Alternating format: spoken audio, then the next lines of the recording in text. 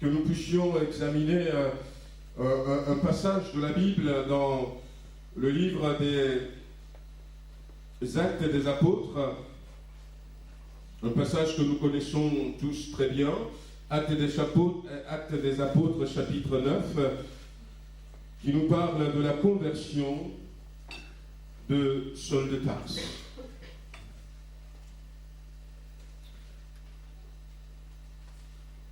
On va lire quelques versets, à partir du verset 1er.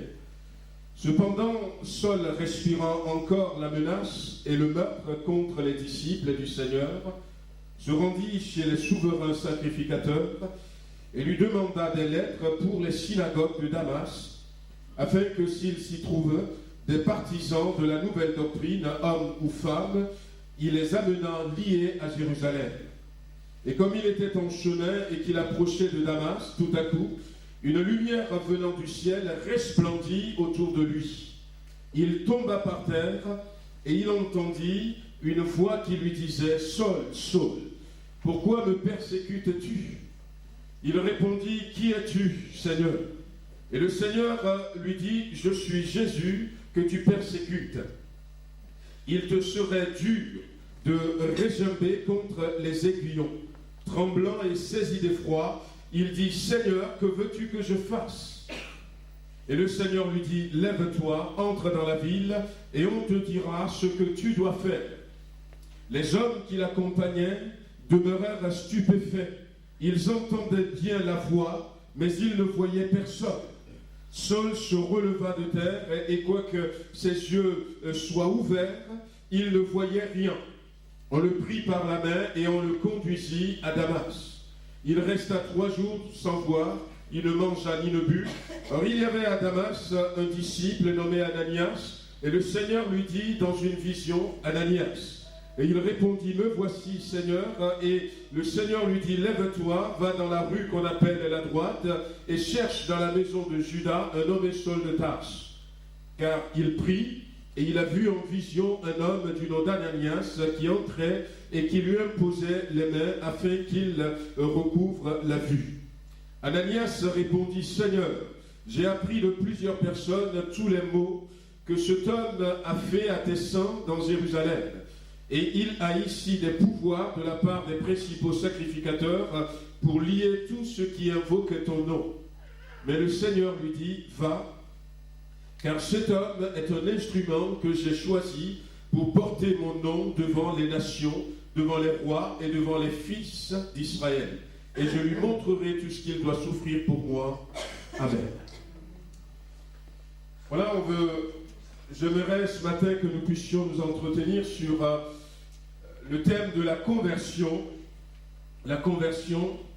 Hier, avec les jeunes, on avait parlé rapidement de cette femme qui avait ce problème d'hémorragie et qui était venue vers Jésus, mais que Jésus va mettre en lumière devant tout le monde. Et c'est vrai que quand on voit Jésus agir dans les évangiles, plusieurs personnes venaient vers Jésus pour recevoir la guérison, pour être délivrés peut-être d'une possession démoniaque, d'une infirmité.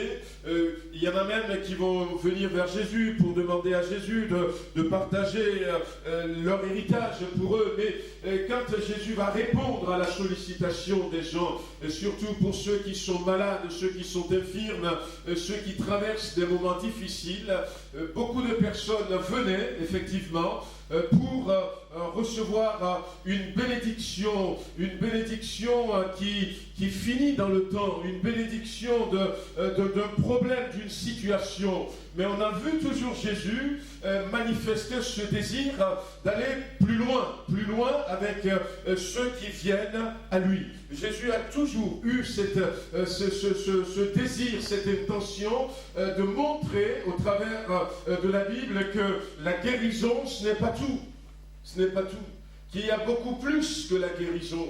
Dans l'évangile de Jean, il y avait un homme qui était paralysé cet homme se retrouvait au bord de la piscine de Bethesda, c'est ce que la Bible nous raconte, et cet homme, il attendait, puisqu'il y avait, on croyait qu'un ange descendait du ciel et agitait l'eau, et quand l'eau est agitée, eh bien, celui qui saute le premier dans l'eau, quelle que soit sa maladie, est guéri instantanément. Et cet homme était là, ça faisait 38 ans qu'il était malade, il était paralysé, il attendait toujours, il n'a jamais eu son occasion.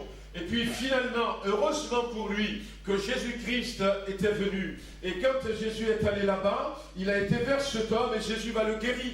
Jésus va le guérir. Mais voyez-vous, même dans ce cas, Jésus dira à cet homme, eh bien, ne pêche plus pour qu'il ne t'arrive quelque chose de pire. Ça faisait 38 ans qu'il n'avait personne pour le porter, 38 ans de solitude, 38 ans de maladie, 38 ans d'espoir déçu, et il est guéri, mais Jésus lui dit, il y a quelque chose de plus pire que ces 38 ans passés là. Passés là. Jésus a toujours eu ce désir de nous amener plus loin. Et là où Jésus veut nous amener, c'est dans la conversion. C'est dans la conversion. C'est dans la repentance. C'est dans la réconciliation avec Dieu. C'est dans le pardon de nos péchés. Jésus veut nous amener plus loin dans le ciel. Nous allons dépasser la terre, dépasser l'au-delà et aller dans le ciel. Jésus veut nous sortir de ce qui est temporel, de ce qui est éphémère, pour nous amener dans ce qui est éternel. Dans ce qui est éternel. Et là, dans ce passage de la Bible, nous voyons que, eh bien, Saul de Tarse va vivre ce que nous appelons la conversion. Lui-même va reparler de cela dans Actes chapitre 26. Mais voyez-vous, la conversion, ce n'est pas le fait de prier. Non, ce n'est pas ça. La conversion, ce n'est même pas le fait de lire sa Bible. La conversion, ce n'est pas le fait de venir à l'église. Non, ce n'est pas ça la conversion. Ce n'est pas le fait d'avoir des amis chrétiens. Non, ce n'est pas ça. Même avoir des parents chrétiens, c'est pas ça la conversion. C'est pas ça la conversion. Dans Actes chapitre 10, pour ceux qui connaissent l'histoire, la Bible nous raconte l'histoire d'un homme qui s'appelle Corneille. Et cet homme, c'était un Romain, un soldat, mais un homme qui craignait Dieu. Qui craignait Dieu. Et vous allez voir que la conversion, ce n'est même pas simplement la crainte de Dieu. C'est vrai que quand on est converti, on a la crainte de Dieu. Mais on peut avoir la crainte de Dieu sans se convertir. Et là, ce n'est pas bon. Là, ce n'est pas bon. Et la Bible dit que cet homme, il craignait Dieu. Corneille, il craignait Dieu. Il prie tous les jours. Il prie tous les jours. Et aussi, c'était un homme très généreux. Il faisait de l'aumône. Quand il voit quelqu'un qui est pauvre, eh bien, il ne passe pas à côté sans lui donner quelque chose. Et puis un jour, alors qu'il était en prière, un ange de Dieu lui apparut. Un ange de Dieu vint vers Corneille, et l'ange de Dieu lui dit, tes prières et tes aumônes sont montées devant Dieu. Et Dieu se souvient de toi. Maintenant, envoie des hommes à Jopé. Et fait venir Simon surnommé Pierre. Il va lui donner l'adresse. Il est logé chez un certain Simon qui est pourvoyeur, dont la maison est près de la mer. Et lui va venir pour te dire ce qu'il faut faire. Et Corneille va faire ce que l'ange lui a dit. Pierre va arriver chez Corneille. Mais pourquoi est-ce que tu m'as demandé? Je ne sais pas, c'est Dieu qui m'a dit de te faire venir. Et Pierre va comprendre que, eh bien, cet homme était pieux, que cet homme craignait Dieu, cet homme priait beaucoup, mais cet homme n'était pas converti. Cet homme n'était pas converti. De la même manière, quelques chapitres avant, dans Actes chapitre 8, eh bien, il y avait un homme qui était un Éthiopien, qui a quitté l'Éthiopie, qui a fait, eh bien, peut-être, je ne sais pas, je n'ai pas vu la distance, qui a fait peut-être 4000 kilomètres, je ne sais pas, pour aller jusqu'à Jérusalem pour adorer Dieu. Et après avoir adoré Dieu, il retournait, il était assis sur son char, avec ses serviteurs autour de lui. Mais Dieu a eu pitié de cet homme. C'est vrai qu'il a fait tous ces kilomètres pour venir l'adorer, mais il n'était pas converti. Alors rapidement, le Saint-Esprit va dire, un ange de Dieu va venir et va dire à Philippe, écoute, va sur le chemin, rencontre cet homme. Et combien sommes-nous aujourd'hui, frères et sœurs, qui croient que parce que nous avons une vie de prière, parce que nous avons une certaine piété, parce que nous venons à la maison de Dieu, parce que des fois même nous faisons des sacrifices, c'est suffisant pour aller au ciel. C'est suffisant pour être accepté de Dieu. À quelque chose près, on peut tomber dans ce piège. On peut véritablement penser que, eh bien, je vais à l'église tous les dimanches. Il y a quelque temps de cela, j'avais une amie à moi qui est sur Paris, qui me dit « Pasteur Lelot, est-ce que tu as vu le film Le Chaos ?» Je dis « Mais non. » Oh, et il faut voir ce film et tout. Et puis j'avais vu qu'ils allaient repasser ça, et comme je n'avais pas le temps, je l'avais enregistré. Et j'avais vu ce film. Et c'est vrai qu'on voit la mentalité du monde qui, malheureusement, rentre dans l'Église. La Bible dit que c'est par la grâce que vous êtes sauvés. C'est par la grâce que vous êtes sauvés, par le moyen de la foi. Et il n'y a pas de mérite. Mais petit à petit, on glisse dans cette mentalité. Et même sans l'exprimer clairement, on croit qu'on mérite parce qu'on prie. On croit qu'on mérite parce que, eh bien, on donne de l'offrande. On croit qu'on mérite parce que, eh bien, le pasteur a prié pour moi. Non. Il faut à un moment donné que nous puissions véritablement nous convertir. Nous convertir. Se convertir signifie se tourner vers Dieu. Se tourner vers Dieu. L'action de se tourner vers Dieu. Ésaïe 45, verset 22. Tournez-vous vers moi et vous serez sauvés.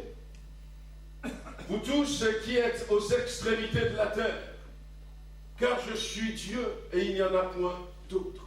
Tournez-vous vers moi et vous serez sauvés. Et un autre verset, car on raconte, c'est l'apôtre Paul qui écrit aux Thessaloniciens, pour leur dire, on raconte à notre sujet quel accès nous avons eu auprès de vous et comment vous vous êtes convertis à Dieu en abandonnant les idoles pour servir le Dieu vivant et vrai et pour attendre des cieux son Fils qui revient. La conversion, bien-aimée, c'est, eh bien, véritablement cette action de se tourner vers Dieu. Et pour se tourner vers Dieu, on a besoin de se détourner de quelque chose. On a besoin de se détourner de quelque chose. Et si on ne se détourne pas de quelque chose pour se tourner vers Dieu, eh bien nous allons continuer à pratiquer peut-être une vie religieuse, mais nous ne serons jamais ces enfants de Dieu que Dieu désire avoir.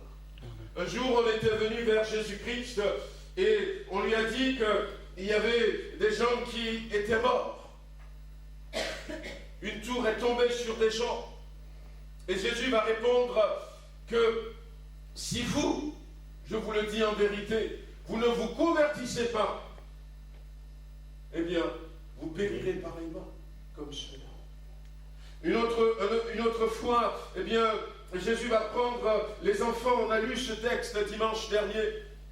Je vous le dis en vérité, si vous ne vous convertissez, et si vous ne devenez comme des petits-enfants, vous n'entrerez pas. Je vous le dis en vérité. Et j'aime bien la manière dont Jean, lui, il rend la chose. Au lieu de dire en vérité, Jean, il le dit deux fois. En vérité, je vous le dis. Si vous ne vous convertissez, vous ne pourrez pas voir le royaume de Dieu. Vous ne pourrez pas voir le royaume de Dieu. Frères et sœurs, il est important de se convertir. Sans la conversion, nous ne pourrons pas voir le royaume de Dieu. Amen. Sans la conversion, nous allons être comme cet homme. L'ordre était aller dans les rues et ramener tout ce que vous allez voir.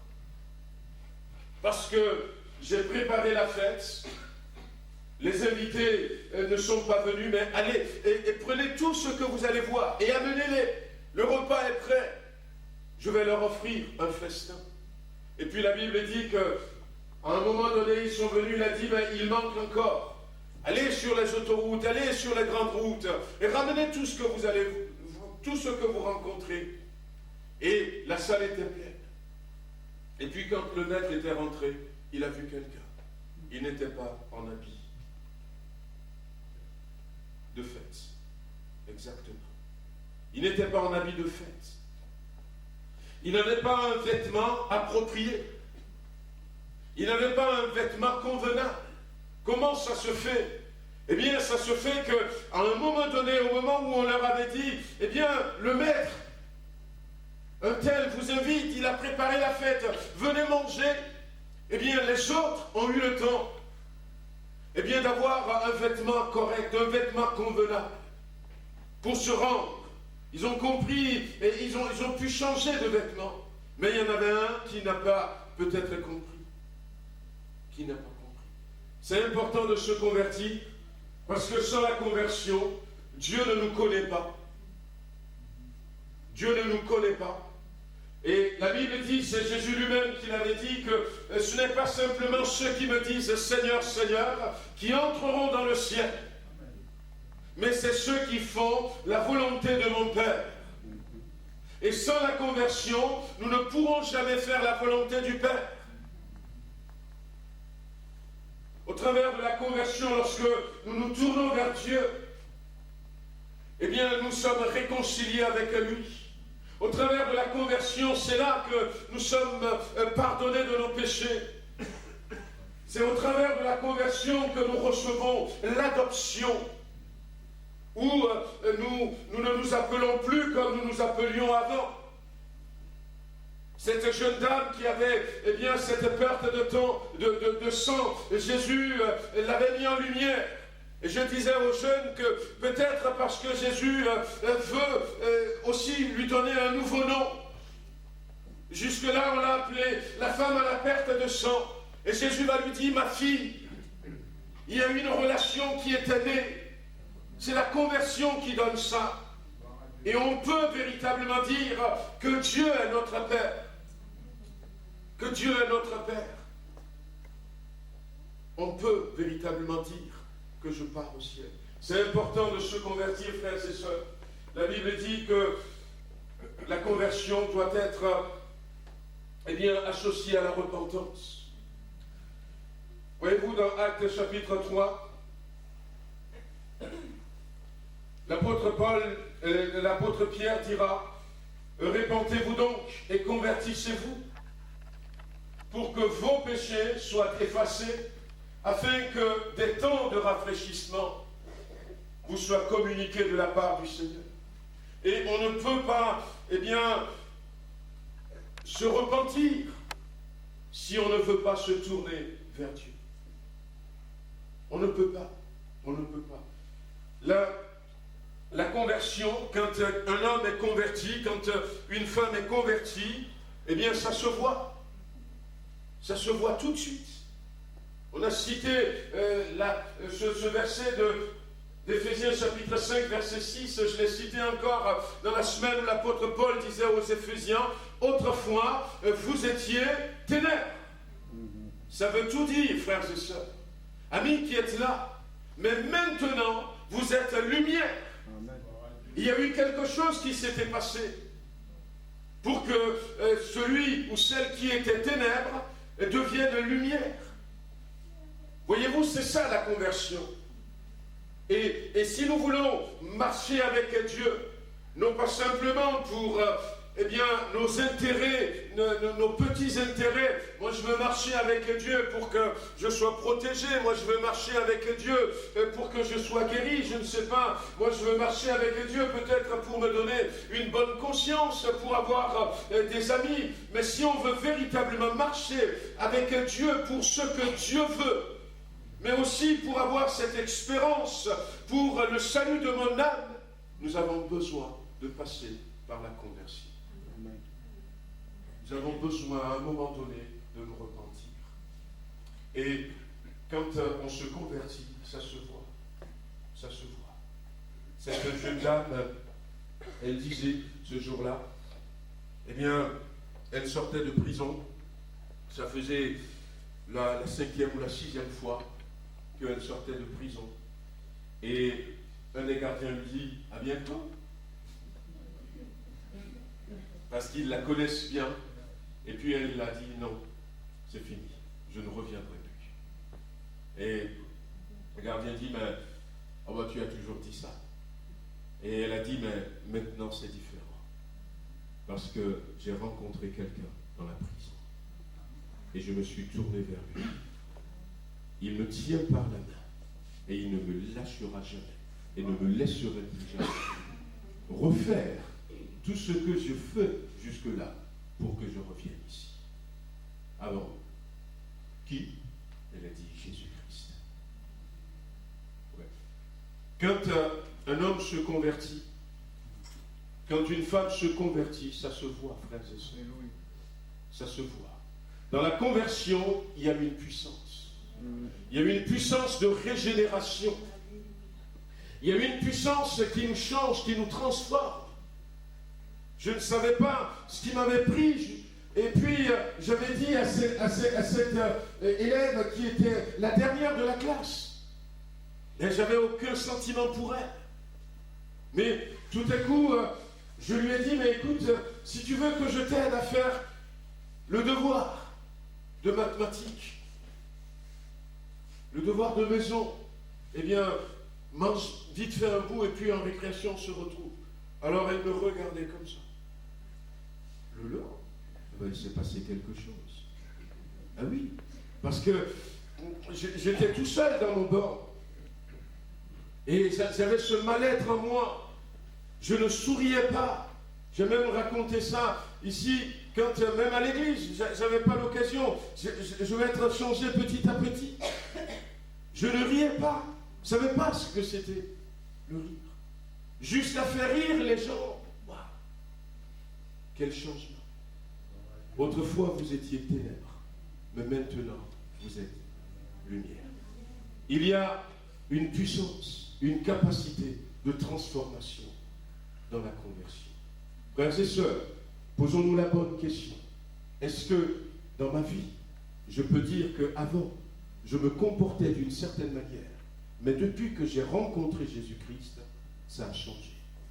Oh, des fois, ça ne change pas brutalement, mais ça peut aller pas à pas.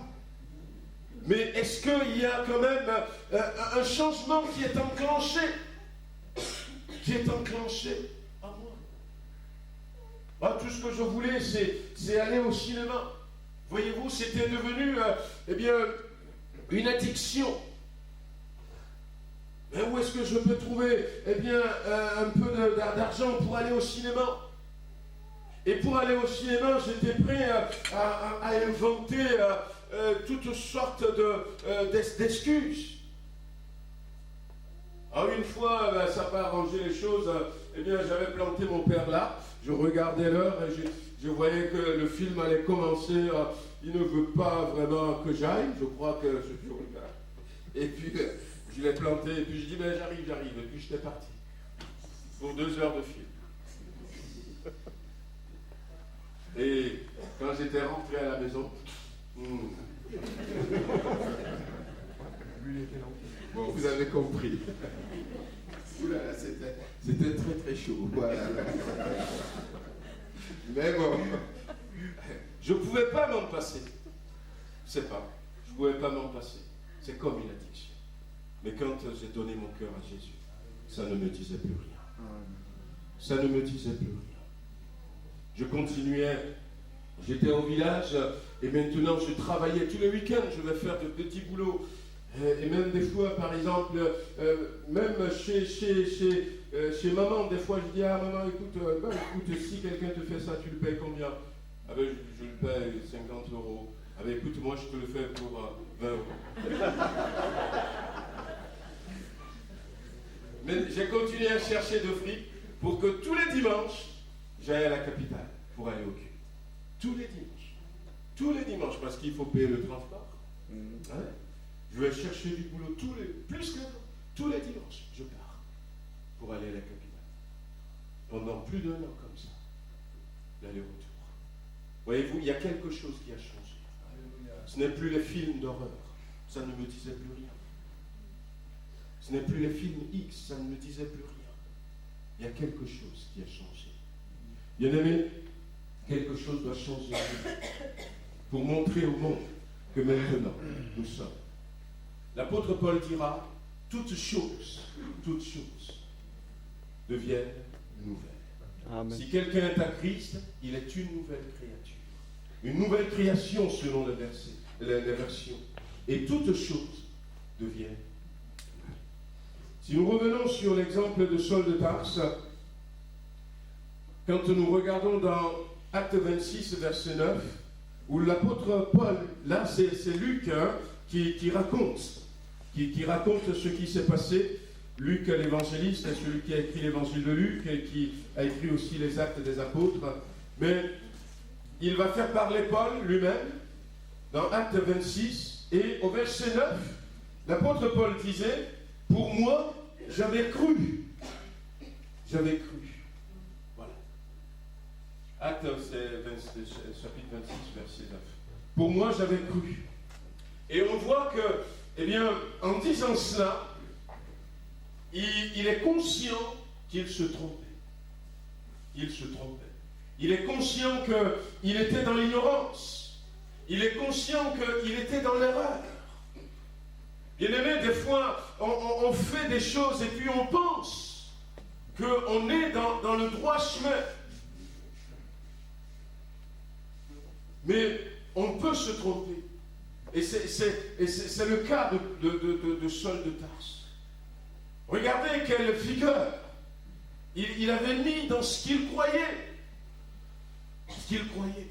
Et c'est pour ça que ce matin, eh bien, j'ai envie de m'adresser à quelqu'un en disant, peut-être que tu crois fort cela. C'est vrai. Mais fais attention que ce soit la vérité. Fais attention que ce soit la vérité. Parce qu'on peut être sincère, mais on peut être sincèrement dans l'erreur. Et si la Bible nous laisse des exemples comme l'exemple de Saul de Tarse, eh bien, c'est simplement pour nous dire que nous aussi, on peut se retrouver dans le même cas. Je disais avant ma conversion, je croyais que j'étais le garçon le plus saint de la terre. On pourrait même me comparer à un ange à l'époque. Mais maintenant, non. Et je croyais que moi, j'étais droit, j'étais juste. Mais le jour où j'avais donné mon cœur à Jésus, où je m'étais agenouillé au pied de mon lit, je l'ai invité à se révéler à moi. On m'avait donné quelques paroles que je répétais dans la prière. On m'a dit, mais quand tu es prêt, eh bien tu pries comme ça. Et puis j'étais là, moi j'avais une souffrance. J'avais de la haine, j'avais de l'amertume, mal-être, je n'arrivais plus à avoir le désir de continuer à vivre. Et puis, il peut t'aider. Et alors que j'étais là et que je le prie et je lui dis, mais viens à mon secours. Et tout à coup, en même pas des secondes, c'est comme si ma vie a défilé devant moi. Et les écailles étaient tombées de mes yeux. Et je m'étais vu comme lui me voyait. Mais je comprenais exactement. Et je me suis dit, mais waouh, moi qui voulais mourir, si je meurs, maintenant je vais aller en enfer. J'avais compris que j'étais pécheur. J'avais compris que je me trompais complètement. Que, eh bien, je n'étais pas aussi droit que cela. Il n'y a que le Saint-Esprit qui peut nous révéler cela. Il n'y a que cette rencontre qui peut nous révéler cela. Il n'y a qu'une vraie conversion, une repentance qui nous met, qui met devant nos yeux l'état de notre esprit, de notre âme, tel que Dieu nous voit. Tel que Dieu nous voit. L'apôtre Paul dira qu'il est le premier des pécheurs. Et c'est vrai que quand j'avais lu ça, j'ai dit, ben lui, il peut le dire. Et moi alors? Et moi alors? Il y en a peut-être qui vont se dire, mais on n'a pas fait ce qu'il avait fait. mais qui sont plus coupables que lui. C'est Dieu qui voit le cœur. Et c'est Dieu qui nous montre dans quel état se trouve notre cœur. L'apôtre Paul pensait, mais il se trompait. Et lorsqu'on n'est pas converti, voyez-vous, eh bien, on peut poursuivre un but qui n'était pas le bon. On peut poursuivre un but eh bien, qui n'est pas approuvé de Dieu. Par exemple, il y a eu le cas d'Étienne. Non, ce n'était pas eh bien, le jeune Saul qui avait lapidé Étienne. Mais la Bible dit que Saul approuva le meurtre d'Étienne. Sans la conversion, sans la vraie repentance, eh bien, des fois on poursuit des buts dans la vie, poursuit des buts. Je ne sais pas où je serai aujourd'hui. Je vous avais dit que, eh bien, quand mon papa dit, il faut qu'il soit médecin, et puis ma prof de biologie dit, non, il faut que tu sois biologiste. Le prof de mathématiques dit, mais tu es très bon, mais regarde tes moyennes en mathématiques. Eh bien non, il faut aller pour poursuivre cette filière et tout. Il y a des choses, peut-être des domaines dans lesquels on peut mieux gagner sa vie, où on peut avoir des honneurs, mais quand on n'a pas Dieu, on peut poursuivre un but qui ne nous mènera pas là où Dieu veut nous amener. Je m'étais simplement tourné vers mon Dieu. Voilà, Seigneur, qu'est-ce que tu attends de moi? Dans quelle direction tu veux que j'aille? Dieu m'avait conduit, m'avait guidé, m'avait éclairé. Et je sais que je suis là où il veut que je sois. Amen. Et je sais que le but que je poursuis, l'apôtre Paul dira, je cours derrière le but. Le but que je poursuis, ce n'est pas un but vain. Ce n'est pas un but vain. Je vais raconter l'histoire du taureau ici, qui va réussir à tuer ce taureau, non pas parce que le taureau n'est pas fort, non pas parce que le taureau n'a pas cherché à se défendre, mais parce que tout ce que le taureau a fait, c'était dans le vide. C'est dans le vide. Il sait comment le manipuler. Il va donner des coups de corne, eh bien, très forts, mais dans le vide, dans un drap. Dans un drap. Et ça n'aura aucune portée. Et sans la conversion, nous poursuivons des buts qui n'ont pas de retentissement dans l'éternité. Qui n'ont aucun retentissement dans l'éternité. Dieu nous a créés éternels pour que nous puissions impacter la vie de quelqu'un. Pour que nous puissions semer. Et il dira même, Jésus dira un jour, n'amassez pas sur la terre, où il y a la rouille, la miel, peuvent dévorer, mais amassez vos trésors dans le ciel. Nous poursuivons un but que nous retrouvons dans l'éternité lorsque nous sommes convertis. Eh bien, Saul va expliquer plus tard au Romains chapitre 7, vous savez, il va dire qu'il était esclave du péché. Il était esclave du péché. Et le premier esclavage du péché, c'est celui qui nous fait croire que nous n'avons pas besoin d'être sauvés. Ce n'est pas avant tout le vol, ce n'est pas avant tout, mais c'est que nous n'avons pas besoin d'être sauvés. Tu es bien comme tu es. Tu n'as pas besoin de changer. Ça, c'est le premier esclavage du péché. Et il va le reconnaître, Saul de Tarse. Mais à l'époque, il n'avait pas reconnu. Mais que ce matin, le Seigneur permette que quelqu'un puisse reconnaître où il en est par rapport au péché. Et réaliser que Dieu veut le sauver. Dieu veut qu'il se convertisse.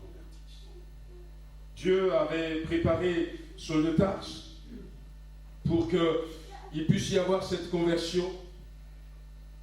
C'est vrai que Étienne avait prié pour Saul, ça l'avait marqué, mais ça l'avait juste marqué, il avait entendu, mais, eh bien, il dira plus tard même qu'il y avait de ses parents qui étaient convertis avant lui. Donc je crois qu'il y avait eu beaucoup de prières.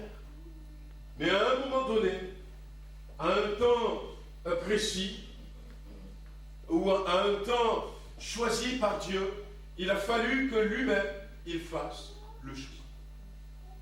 Il fasse le choix. Et ce moment, c'était pour moi ce jour où j'ai été chez mon frère qui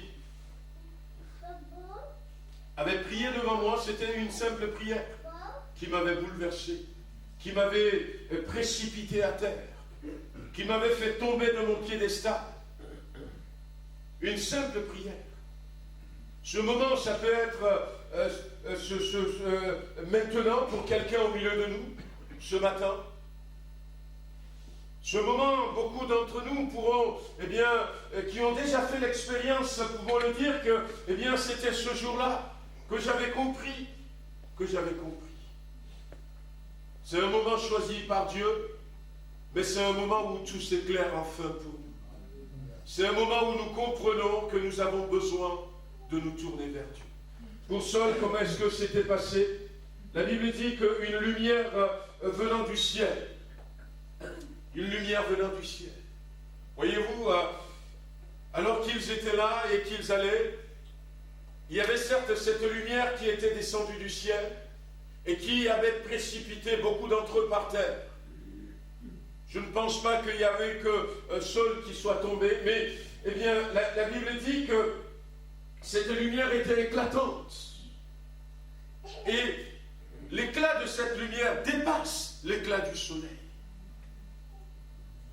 On arrive à se convertir, on arrive à se tourner vers Dieu lorsque à un moment donné, et comme moi je disais pour mon témoignage, que j'ai entendu une simple prière, mais cette simple prière, ça dépassait tout ce que j'avais entendu jusque-là. Lorsqu'on entend un message qui dépasse tout ce que nous avions déjà entendu jusque-là, lorsque tout à coup, on reçoit quelque chose, on comprend quelque chose qui dépasse peut-être tout le raisonnement que nous avions fait jusque-là. Quelque chose qui nous dépasse. Une lumière qui dépasse la lumière du soleil. Une lumière qui dépasse une compréhension que jusque-là, je n'avais pas. Oh, combien de fois à certaines personnes, on avait dit, n'allez pas dans une église évangélique. Beaucoup peuvent témoigner comme ça. Ils sont des sectes. Et puis, à un moment donné, il y en a qui s'aventurent quand même. Et puis, ils entendent un message qui dépasse tout ce qu'ils ont entendu jusque-là. Un jeune garçon qui disait, je ne comprends pas très bien ce que vous dites, mais il y a quelque chose dans ce que vous dites qui me dit que c'est vrai. Et même sans bien comprendre, je vais m'engager dans cette voie. Quelque chose qui dépasse. Et puis, il a entendu une voix. Il va dialoguer avec quelqu'un. C'est le Seigneur. La Bible dit que, ceux qui étaient avec lui, nous l'avons lu tout à l'heure, ils ont vu la lumière, ils ont entendu aussi le son, la voix, mais ils ne voyaient personne. Et c'est vrai que cette lumière, ce n'est personne d'autre que la personne de Jésus-Christ. C'est la personne de Jésus-Christ. Quand il vient. Et je crois que ce matin, il est encore là. Il sera toujours là. Jusqu'à la dernière minute. Il sera là. Amis qui êtes là, frères et sœurs. Il sera là comme il était là pour Thomas, en disant, mais regardez mes mains. Regardez la marque des clous. Touchez mon flanc, touchez mon côté. Et dire, mais tout ça, je l'ai fait pour toi, pour que tu sois réconcilié avec Dieu. Oui, il y a la personne de Jésus-Christ. Qui va s'adresser, la voix de Dieu, qui va s'adresser à Saul de Tarse. Quelqu'un pourra dire que, Moi, j'ai fait tellement de mauvaises choses. Une fois, j'ai rencontré comme ça une personne. Et elle me disait, je ne pense pas que Dieu peut me pardonner. Alors j'ai discuté avec cette dame, et puis je lui ai dit, mais donnez votre cœur à Jésus. Demandez à Dieu de vous pardonner. Elle a dit, non, j'ose pas. Parce que j'ai fait tellement de mauvaises choses. Ouais, quel que soit ce que nous avions fait, la voix de Dieu va s'adresser à Saul de Tarse. Ma prière, c'est que ce matin, eh bien, la voix de Dieu s'adresse à quelqu'un au milieu de nous. Et voyez-vous, pour pousser quelqu'un à se convertir. Contrairement à ce qui se dit, des fois, ce n'est pas Dieu qui convertit l'homme, mais c'est à l'homme de décider de se convertir. C'est à moi, quand j'entends ce que j'entends, quand je vois ce que je vois, qu'à un moment donné que je réalise que ce chemin, cette direction, je ne veux plus continuer à la suivre, cette direction. Je ne veux plus continuer à marcher dans ce chemin. Je veux me détourner et suivre le chemin que Dieu me montre. Que Dieu me montre. C'est à moi de décider. Jésus a tout accompli. Et ce matin encore, il interpelle un cœur. Mais, eh bien, je crois que même pour Saul de Tarse, comme je disais tout à l'heure, il y a eu le cas d'Étienne. Et lui-même, il dira que, eh bien, ses parents, quelques-uns de ses parents étaient déjà convertis. Mais peut-être qu'il y avait eu une résistance.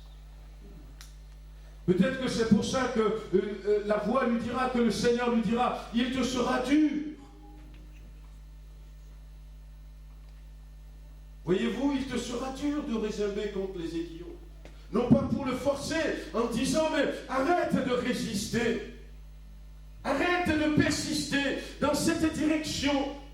Ça n'amène que ruine. Arrête d'endurcir ton cœur.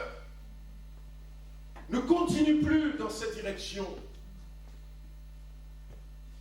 Peut-être parce que le Seigneur lui a déjà parlé. Ce matin, que quelqu'un puisse comprendre que, eh bien, le plus important, avant tout, c'est de se convertir. C'est de se tourner vers Dieu. C'est de donner son cœur à Jésus-Christ. Et c'est seulement à partir de là que la Bible dit que Dieu écrit nos noms dans le livre de vie. Que Dieu va écrire nos noms dans le livre de vie. Et dans le passé, et même aujourd'hui encore, il y a des gens qui se convertissent par milliers parce qu'ils ont compris. Ils ont compris deux choses. Ils ont compris que le plus tôt c'est le mieux. Le plus tôt c'est le mieux. Que si ils continuent, la fin c'est la perdition. Mais certains ont compris aussi que les temps sont courts. Les temps sont courts. Il y avait cette jeune fille qu'on a invitée à l'église. Et quand elle était venue, une fois, ça lui a plu. Et puis elle était revenue une deuxième fois, un dimanche après-midi. Et comme l'église se trouve eh bien, au bord de la route, alors qu'elle était arrivée et qu'elle allait rentrer dans l'église, voici la voiture de ses copains, copines qui étaient là, qui klaxonnaient. Et puis il dit, oh, mais qu'est-ce que tu fais? Viens. Elle dit, mais non, je vais aller à l'église. Eh bien, c'est l'anniversaire d'un tel. On va chez lui, on va s'éclater. Et puis la dame qui avait invité cette jeune fille lui dit, ma fille, les anniversaires, on les fête chaque année. Et rien ne t'empêche, après l'église, de passer chez ce copain, cet ami, et de lui dire bon anniversaire. Et si tu veux lui apporter un cadeau, lui apporter. Mais je crois que ce qui est le plus important pour toi, c'est de rentrer à l'église et d'écouter ce que Dieu a à te dire. Et puis,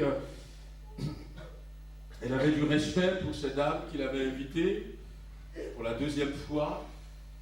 Et puis, il y a la pression de ses copains qui étaient là. De l'autre côté, allez, viens, allez, viens. Vous savez comment il fait. Elle était hésitante, elle ne sait plus quoi faire. Et à un moment donné, elle ne savait même pas ce qu'il faut dire à la dame. Et puis tout à coup, elle a décidé de rejoindre ses copains. Et comme elle n'avait pas d'excuses, elle a compris bien ce que la dame lui a dit, mais elle ne savait pas quoi lui dire. Elle était partie en courant. Sauf qu'elle n'avait pas regardé la route. Elle a été renversée par une voiture, là, devant l'église. Elle était morte.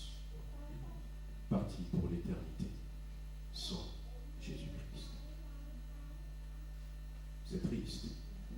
Mais, eh bien, je ne sais pas si vous vous êtes réellement convertis, bien-aimés, ou si simplement vous venez par habitude, vous venez parce que vous aimez la prière, vous venez pour vous donner une bonne conscience, vous venez pour ne pas décevoir maman, papa, ou pour ne pas décevoir un copain.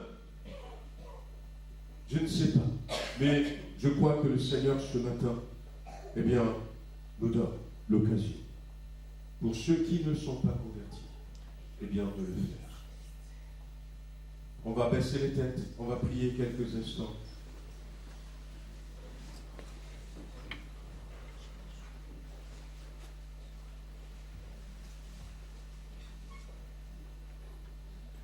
Je vais commencer en parlant de cet homme qui a fait des milliers de kilomètres pour venir adorer à Jérusalem. Mais Dieu savait qu'il n'était pas converti. Et Dieu ne va pas le laisser repartir sans le salut dans son cœur. Ce qu'on appelle véritablement le salut, ça commence par la conversion. Je vous avais parlé de Corneille, qui priait, qui faisait des œuvres. Bien-aimés, ce matin, peut-être que Dieu s'adresse à quelqu'un au milieu de nous. Peut-être que c'est la première fois que vous êtes là. C'est la première fois. Peut-être que vous êtes là depuis. Mais je pense qu'il vaut mieux tard que jamais, comme on dit. Je ne veux pas vous demander de lever la main, mais je veux vous demander de prier sincèrement, de vous tourner vers le Seigneur. Vous pouvez le faire dans votre cœur. C'est le moment de dire, Seigneur, je suis venu, ça fait déjà des années, où je viens ici pour la première fois, mais j'ai compris que j'ai besoin de me convertir. Parce que ça ne sert à rien de rester dans la religiosité. J'ai besoin de me repentir. J'ai besoin que tu me pardonnes mon péché. J'ai besoin que tu me laves.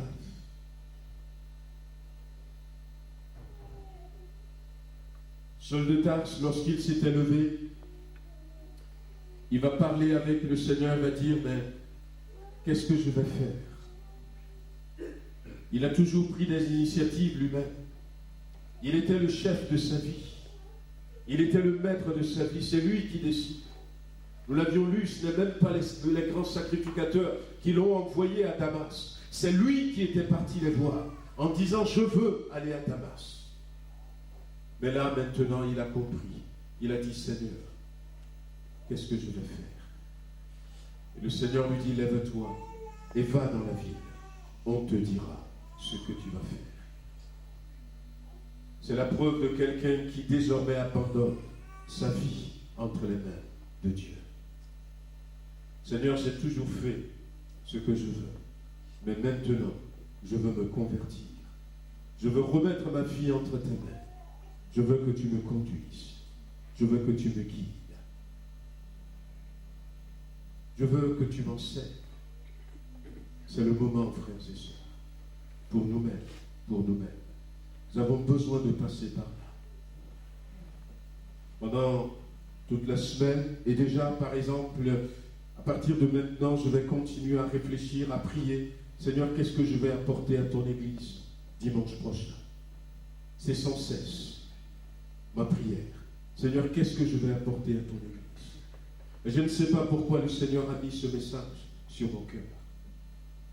Mais, amis qui êtes là, au milieu de nous ce matin, frères, sœurs, si c'est pour toi que Dieu a voulu parler, alors ne rate pas cette occasion. Saisis-la pour t'humilier devant Dieu. Pour t'humilier devant Dieu et lui demander pardon. Afin qu'à partir de maintenant, tu puisses produire les fruits de la repentance. Seigneur notre Dieu, je veux remettre entre tes mains mes bien-aimés qui sont là ce matin. Je veux remettre chacun d'entre nous entre tes mains. Tu sais pourquoi tu nous as parlé, Seigneur, de la conversion. Nous savons que les temps sont proches. Et tu ne désires pas que quelqu'un soit surpris ce jour-là. Nous ne connaissons pas les échéances qui sont devant nous.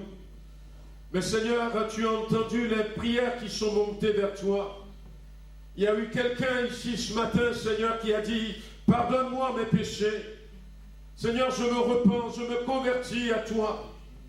Seigneur, merci de ce que tu entends, mais de ce que tu agis. Merci de ce que tu dis en ce moment. Je te reçois, mon enfant, parce que c'est pour toi que j'ai parlé comme ça. Oh, merci, Seigneur, de ce que tu reçois, ces bien-aimés, de ce que tu reçois, ces amis, Seigneur, qui font ce pas. Je prie pour eux, dans le nom puissant de Jésus-Christ, que le Saint-Esprit se saisisse de leur vie et que leur vie ne soit plus jamais la même. Seigneur, merci de ce que ce matin, tu as sauvé encore des âmes pour toi. Je prie, Seigneur, qu'ils restent fermes dans cette décision qu'ils ont prise. Oh, merci, Seigneur. Louange et gloire à ton Seigneur. Béni sois-tu. Je veux les remettre entre ta main, tous ceux qui ont fait sincèrement cette prière. Tous ceux qui ont pris cette décision aujourd'hui. Même si ce n'est pas facile, même si ce n'est pas difficile. Seigneur, tu as toujours gardé, comme tu l'as dit dans Jean 17, ceux qui viennent à toi, ceux que le Père te donne. Et je proclame par la foi que tu vas les garder jusqu'au bout. Au nom de Jésus-Christ. Amen. Amen. Si vous avez fait cette prière, soyez bénis, soyez les bienvenus. Vous savez, dans ce que nous avions lu, Dieu va parler à Ananias, et Ananias va aller voir Saul de Tarse. Le dialogue entre Ananias et Jésus, c'était « Mais cet homme, il persécute, il fait du mal à ton Église. » Et Dieu va lui dire « C'est un instrument, un homme que j'ai choisi. » Et quand Ananias est allé voir, la Bible dit au verset 17, lorsque Ananias était arrivé dans la maison, il imposa les mains à Saul en disant « Saul, mon frère. » Ça y est, il a changé de camp. Il a changé d'identité. Saul, mon frère. Non plus Saul le persécuteur. La Bible dit que quand nous le confessons, quand nous faisons cette prière, quand nous nous détournons comme ça de manière sincère, à partir de ce moment-là, nous devenons enfants de Dieu. C'est vrai que ça ne va pas être toujours facile pour Saul de Tarse. Il va être mal compris. Il va être poursuivi à son tour par ceux qui le soutenaient avant. Il va connaître des difficultés, mais il va rester ferme. Il va rester ferme. Il va dire même à Saul de Tarse, lève-toi, sois baptisé et lavé de tes péchés au nom de Jésus-Christ. Ne baissez pas les bras. Eh bien, persévérez. Bientôt, je ne sais pas, donc avec Maggie, on disait qu'il y a deux personnes sur Tarare qui veulent se faire baptiser, et puis il y en a une qui veut se faire baptiser ici, il y a quelqu'un d'autre qui m'en avait parlé, mais bientôt, je crois que je vais annoncer des cours de préparation pour le baptême, et puis allez toujours de l'avant, progressez, amen, ne baissez pas les bras, parce que l'éternité nous attend. Voilà, que le Seigneur nous bénisse. N'oubliez pas, le dimanche 26, inviter des amis à venir écouter, voilà, à venir manger avec nous. Hein, donc on va... On peut véritablement dire que je pars au ciel. C'est important de se convertir, frères et sœurs. La Bible dit que la conversion doit être associée à la repentance. Voyez-vous, dans Actes chapitre 3, l'apôtre Pierre dira, répentez-vous donc et convertissez-vous pour que vos péchés soient effacés, afin que des temps de rafraîchissement vous soient communiqués de la part du Seigneur. Et on ne peut pas, se repentir si on ne veut pas se tourner vers Dieu. On ne peut pas. On ne peut pas. La conversion, quand un homme est converti, quand une femme est convertie, ça se voit. Ça se voit tout de suite. On a cité ce verset d'Éphésiens chapitre 5, verset 6, je l'ai cité encore dans la semaine où l'apôtre Paul disait aux Éphésiens, autrefois, vous étiez ténèbres. Ça veut tout dire, frères et sœurs. Amis qui êtes là, mais maintenant, vous êtes lumière. Il y a eu quelque chose qui s'était passé pour que celui ou celle qui était ténèbres devienne lumière. Voyez-vous, c'est ça la conversion. Et si nous voulons marcher avec Dieu, non pas simplement pour nos intérêts, nos petits intérêts, moi je veux marcher avec Dieu pour que je sois protégé, moi je veux marcher avec Dieu pour que je sois guéri, je ne sais pas, moi je veux marcher avec Dieu peut-être pour me donner une bonne conscience, pour avoir des amis, mais si on veut véritablement marcher avec Dieu pour ce que Dieu veut, mais aussi pour avoir cette expérience, pour le salut de mon âme, nous avons besoin de passer par la conversion. Nous avons besoin à un moment donné de nous repentir. Et quand on se convertit, ça se voit. Ça se voit. Cette jeune dame, elle disait ce jour-là, elle sortait de prison. Ça faisait la 5e ou la 6e fois qu'elle sortait de prison. Et un des gardiens lui dit, à bientôt. Parce qu'ils la connaissent bien. Et puis elle a dit, non, c'est fini, je ne reviendrai plus. Et le gardien dit, mais tu as toujours dit ça. Et elle a dit, mais maintenant c'est différent. Parce que j'ai rencontré quelqu'un dans la prison. Et je me suis tourné vers lui. Il me tient par la main. Et il ne me lâchera jamais. Et ne me laisserai plus jamais refaire tout ce que je fais jusque-là pour que je revienne ici. Alors, qui? Elle a dit Jésus-Christ. Ouais. Quand un homme se convertit, quand une femme se convertit, ça se voit, frères et sœurs. Ça se voit. Dans la conversion, il y a une puissance. Il y a une puissance de régénération. Il y a une puissance qui nous change, qui nous transforme. Je ne savais pas ce qui m'avait pris. Et puis, j'avais dit à cette élève qui était la dernière de la classe. Et j'avais aucun sentiment pour elle. Mais tout à coup, je lui ai dit, mais écoute, si tu veux que je t'aide à faire le devoir de mathématiques, le devoir de maison, mange vite fait un bout et puis en récréation on se retrouve. Alors elle me regardait comme ça. Il s'est passé quelque chose. Ah oui, parce que j'étais tout seul dans mon banc. Et j'avais ce mal-être en moi.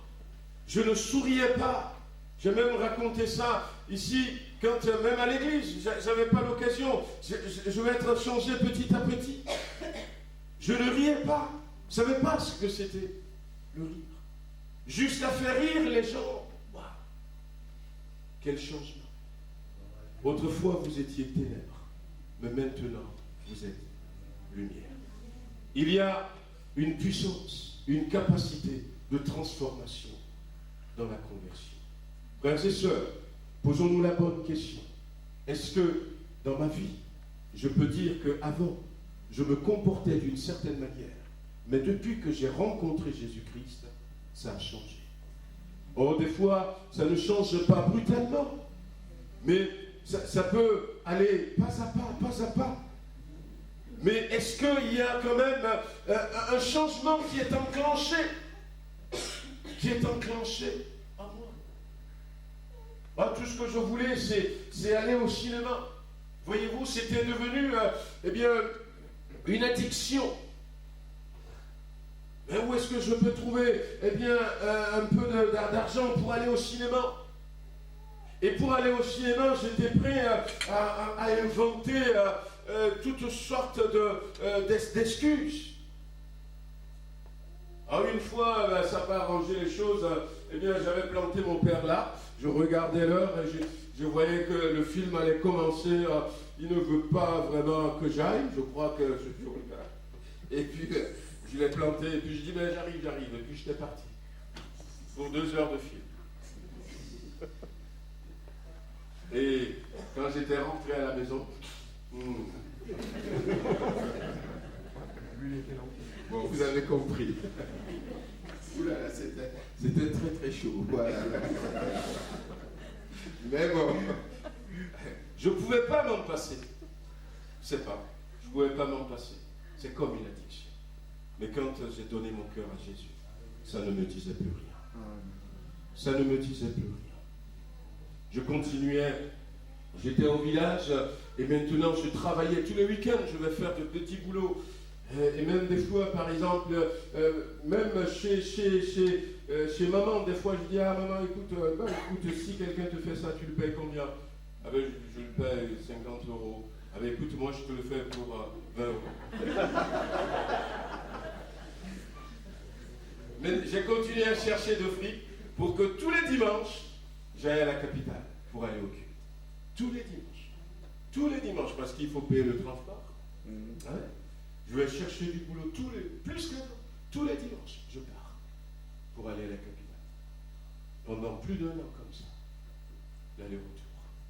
Voyez-vous, il y a quelque chose qui a changé. Ce n'est plus les films d'horreur. Ça ne me disait plus rien.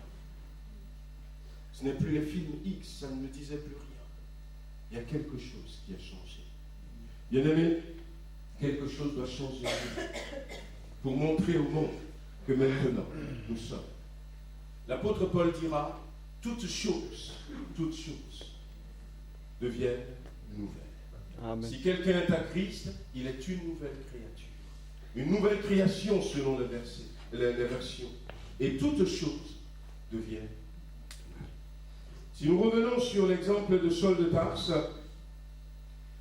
quand nous regardons dans Acte 26, verset 9, où l'apôtre Paul, là c'est Luc qui raconte ce qui s'est passé.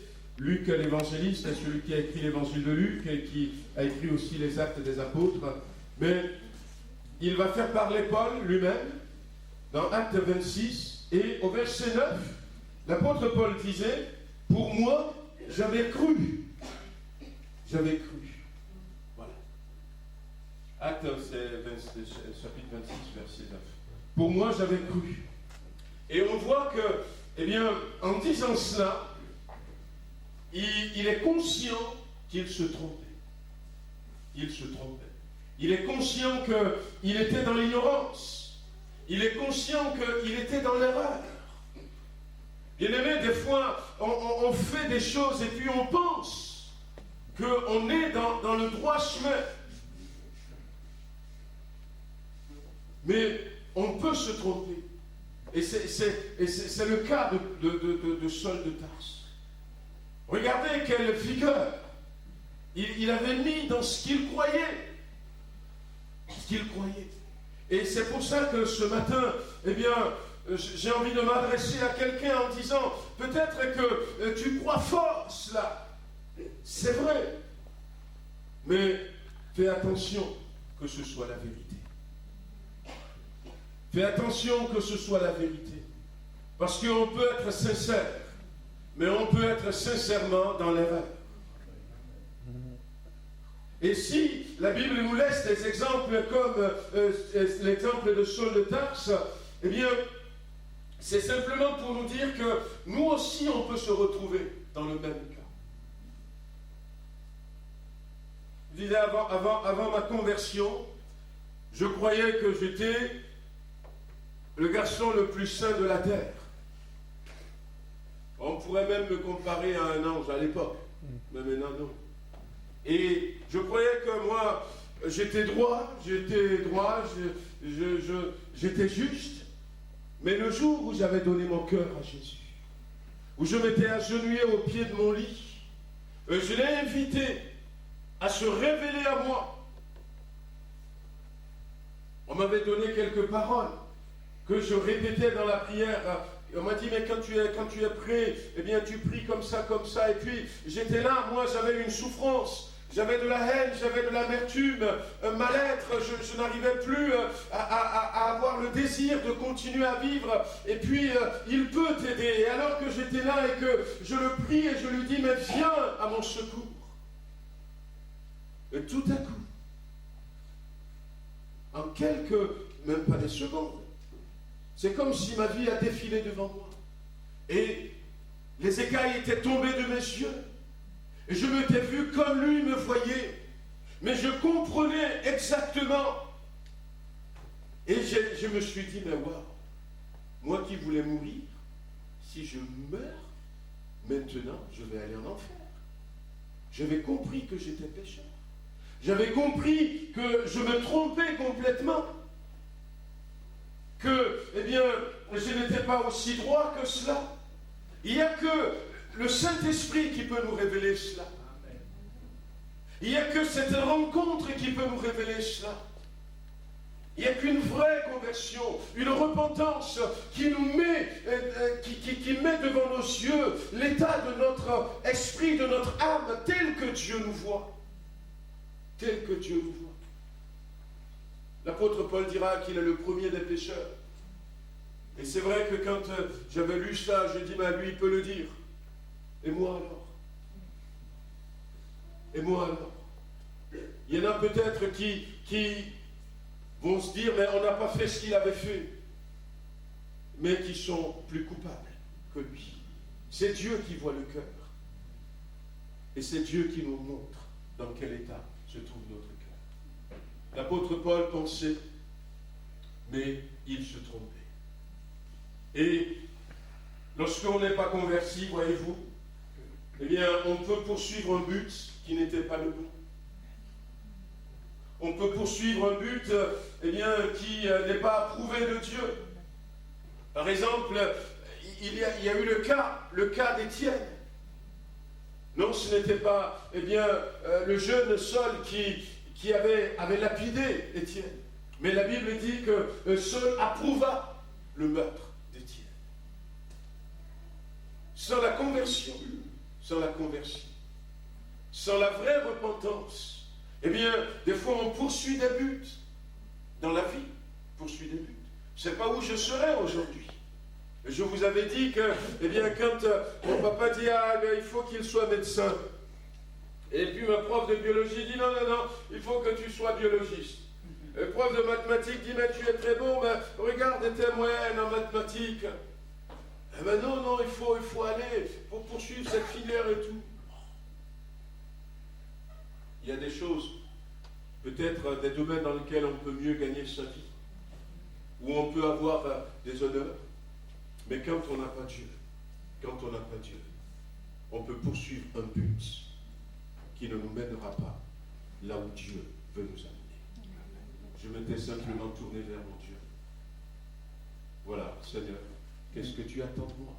Dans quelle direction tu veux que j'aille? Dieu m'avait conduit, m'avait guidé, m'avait éclairé. Et je sais que je suis là où il veut que je sois. Amen. Et je sais que le but que je poursuis, l'apôtre Paul dira, je cours derrière le but. Le but que je poursuis, ce n'est pas un but vain. Ce n'est pas un but vain. Je vais raconter l'histoire du terreau ici, qui va réussir à tuer ce taureau, Non pas parce que le taureau n'est pas fort, non pas parce que le taureau n'a pas cherché à se défendre, mais parce que tout ce que le taureau a fait, c'était dans le vide. C'est dans le vide. Il sait comment le manipuler. Il va donner des coups de corne, eh bien, très forts, mais dans le vide, dans un drap. Dans un drap. Et ça n'aura aucune portée. Et sans la conversion, nous poursuivons des buts qui n'ont pas de retentissement dans l'éternité. Qui n'ont aucun retentissement dans l'éternité. Dieu nous a créés éternels pour que nous puissions impacter la vie de quelqu'un.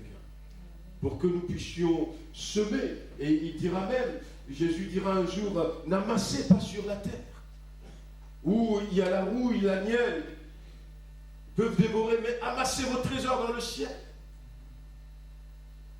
Nous poursuivons un but que nous retrouvons dans l'éternité lorsque nous sommes convertis. Eh bien, Saul va expliquer plus tard, au Romains chapitre 7, vous savez, il va dire qu'il était esclave du péché. Il était esclave du péché. Et le premier esclavage du péché, c'est celui qui nous fait croire que nous n'avons pas besoin d'être sauvés. Ce n'est pas avant tout le vol, ce n'est pas avant tout, mais c'est que nous n'avons pas besoin d'être sauvés. Tu es bien comme tu es. Tu n'as pas besoin de changer. Ça, c'est le premier esclavage du péché. Et il va le reconnaître, Saul de Tarse. Mais à l'époque, il n'avait pas reconnu. Mais que ce matin, le Seigneur permette que quelqu'un puisse reconnaître où il en est par rapport au péché. Et réaliser que Dieu veut le sauver. Dieu veut qu'il se convertisse. Dieu avait préparé Saul de Tarse pour qu'il puisse y avoir cette conversion. C'est vrai que Étienne avait prié pour Saul, ça l'avait marqué, mais ça l'avait juste marqué, il avait entendu, mais, eh bien, il dira plus tard même qu'il y avait de ses parents qui étaient convertis avant lui, donc je crois qu'il y avait eu beaucoup de prières. Mais à un moment donné, à un temps précis, ou à un temps choisi par Dieu, il a fallu que lui-même, il fasse le choix. Il fasse le choix. Et ce moment, c'était pour moi ce jour où j'ai été chez mon frère qui avait prié devant moi. C'était une simple prière qui m'avait bouleversé, qui m'avait précipité à terre, qui m'avait fait tomber de mon piédestal. Une simple prière. Ce moment, ça peut être maintenant pour quelqu'un au milieu de nous, ce matin. Ce moment, beaucoup d'entre nous pourront, eh bien, qui ont déjà fait l'expérience, pouvons le dire que, eh bien, c'était ce jour-là que j'avais compris, C'est un moment choisi par Dieu, mais c'est un moment où tout s'éclaire enfin pour nous. C'est un moment où nous comprenons que nous avons besoin de nous tourner vers Dieu. Pour Saul, comment est-ce que c'était passé? La Bible dit qu'une lumière venant du ciel, voyez-vous, alors qu'ils étaient là et qu'ils allaient, il y avait certes cette lumière qui était descendue du ciel et qui avait précipité beaucoup d'entre eux par terre. Je ne pense pas qu'il y avait que Saul qui soit tombé, mais eh bien, la Bible dit que cette lumière était éclatante. Et l'éclat de cette lumière dépasse l'éclat du soleil. On arrive à se convertir, on arrive à se tourner vers Dieu lorsque à un moment donné, et comme moi je disais pour mon témoignage, que j'ai entendu une simple prière, mais cette simple prière, ça dépasse. Ça dépassait tout ce que j'avais entendu jusque-là. Lorsqu'on entend un message, qui dépasse tout ce que nous avions déjà entendu jusque-là. Lorsque tout à coup, eh bien, on reçoit quelque chose, on comprend quelque chose qui dépasse peut-être tout le raisonnement que nous avions fait jusque-là. Quelque chose qui nous dépasse. Une lumière qui dépasse la lumière du soleil. Une lumière qui dépasse une compréhension que jusque-là, je n'avais pas. Oh, combien de fois à certaines personnes, on avait dit, n'allez pas dans une église évangélique. Beaucoup peuvent témoigner comme ça. Ah ben, ils sont des sectes. Et puis, à un moment donné, il y en a qui s'aventurent quand même. Et puis, ils entendent un message qui dépasse tout ce qu'ils ont entendu jusque-là.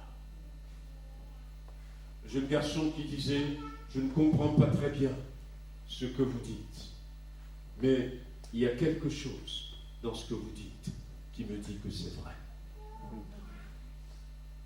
Et même sans bien comprendre, je vais m'engager dans cette voie. Quelque chose qui dépasse. Et puis, il a entendu une voix. Il a entendu une voix. Il va dialoguer avec quelqu'un. C'est le Seigneur. La Bible dit que, eh bien, ceux qui étaient avec lui, nous l'avons lu tout à l'heure, ils ont vu la lumière. Ils ont entendu aussi le son, la voix, mais ils ne voyaient personne. Et c'est vrai que cette lumière, ce n'est personne d'autre que la personne de Jésus-Christ. C'est la personne de Jésus-Christ. Quand il vient. Et je crois que ce matin, il est encore là. Il sera toujours là. Jusqu'à la dernière minute. Il sera là. Amis qui êtes là, frères et sœurs. Il sera là comme il était là pour Thomas, en disant, mais regardez mes mains. Regardez la marque des clous. Touchez mon flanc, touchez mon côté. Et dire, mais tout ça je l'ai fait pour toi, pour que tu sois réconcilié avec Dieu. Oui, il y a la personne de Jésus-Christ. Eh bien, qui va s'adresser, la voix de Dieu, qui va s'adresser à Saul de Tarse. Quelqu'un pourra dire que, eh bien, moi j'ai fait tellement de mauvaises choses. Une fois j'ai rencontré comme ça une personne. Et elle me disait, je ne pense pas que Dieu peut me pardonner. Alors j'ai discuté avec cette dame, et puis je lui ai dit, mais donnez votre cœur à Jésus.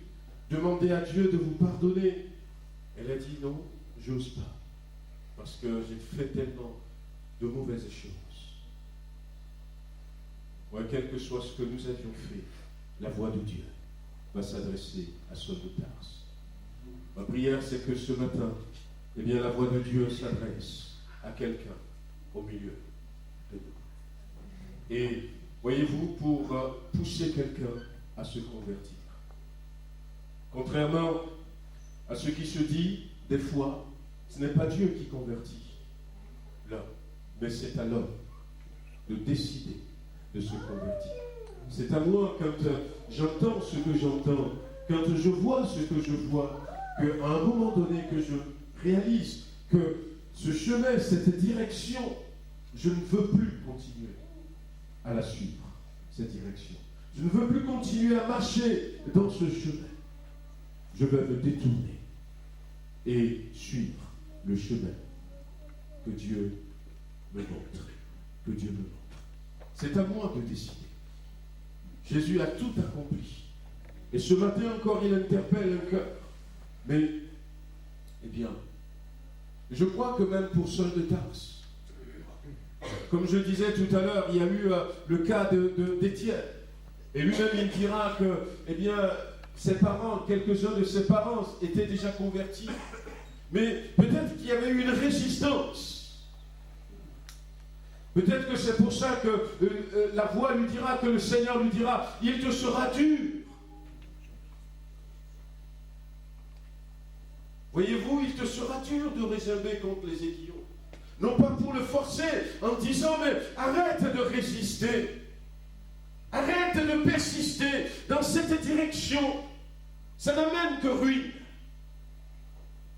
Arrête d'endurcir ton cœur. Ne continue plus dans cette direction. Peut-être parce que le Seigneur lui a déjà parlé. Ce matin, que quelqu'un puisse comprendre que, eh bien, le plus important, avant tout, c'est de se convertir. C'est de se tourner vers Dieu. C'est de donner son cœur à Jésus-Christ. Et c'est seulement à partir de là que la Bible dit que Dieu écrit nos noms dans le livre de vie. Que Dieu va écrire nos noms dans le livre de vie. Et dans le passé, et même aujourd'hui encore, il y a des gens qui se convertissent par milliers, parce qu'ils ont compris. Ils ont compris deux choses. Ils ont compris que le plus tôt, c'est le mieux. Le plus tôt, c'est le mieux. Que si ils continuent, la fin, c'est la perdition. Mais certains ont compris aussi que les temps sont courts. Les temps sont courts. Il y avait cette jeune fille qu'on a invitée à l'église. Et quand elle était venue, une fois, ça lui a plu. Et puis elle était revenue une deuxième fois, un dimanche après-midi. Et comme l'église se trouve eh bien, au bord de la route, alors qu'elle était arrivée et qu'elle allait rentrer dans l'église, voici la voiture de ses copains, copines qui étaient là, qui klaxonnaient. Et puis il dit, oh, mais qu'est-ce que tu fais? Viens. Elle dit, mais non, je vais aller à l'église. Eh bien, c'est l'anniversaire d'un tel. On va chez lui, on va s'éclater. Et puis la dame qui avait invité cette jeune fille lui dit, ma fille, les anniversaires, on les fête chaque année. Et rien ne t'empêche, après l'église, de passer chez ce copain, cet ami, et de lui dire bon anniversaire. Et si tu veux lui apporter un cadeau, lui apporter. Mais je crois que ce qui est le plus important pour toi, c'est de rentrer à l'église et d'écouter ce que Dieu a à te dire. Et puis, elle avait du respect pour cette dame qu'il avait invitée pour la deuxième fois. Et puis, il y a la pression de ses copains qui étaient là. De l'autre côté, allez, viens, allez, viens. Vous savez comment il fait. Elle était hésitante, elle ne sait plus quoi faire. Et à un moment donné, elle ne savait même pas ce qu'il faut dire à la dame. Et puis tout à coup, elle a décidé de rejoindre ses copains. Et comme elle n'avait pas d'excuses, elle a compris bien ce que la dame lui a dit, mais elle ne savait pas quoi lui dire. Elle était partie en courant. Sauf qu'elle n'avait pas regardé la route. Elle a été renversée par une voiture, là, devant l'église. Elle était morte. Partie pour l'éternité, sans Jésus-Christ. C'est triste. Mais, eh bien, je ne sais pas si vous vous êtes réellement convertis, bien-aimés, ou si simplement vous venez par habitude, vous venez parce que vous aimez la prière, vous venez pour vous donner une bonne conscience, vous venez pour ne pas décevoir maman, papa, ou pour ne pas décevoir un copain. Je ne sais pas, mais je crois que le Seigneur ce matin, eh bien, nous donne l'occasion, pour ceux qui ne sont pas convertis, eh bien, de le faire. On va baisser les têtes, on va prier quelques instants.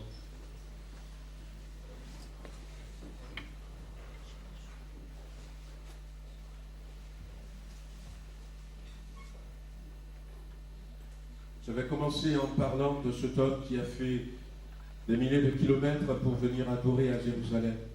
Mais Dieu savait qu'il n'était pas converti.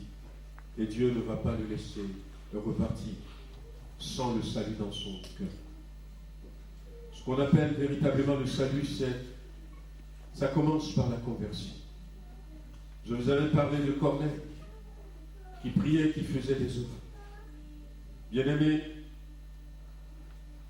ce matin, peut-être que Dieu s'adresse à quelqu'un au milieu de nous. Peut-être que c'est la première fois que vous êtes là. C'est la première fois. Peut-être que vous êtes là depuis.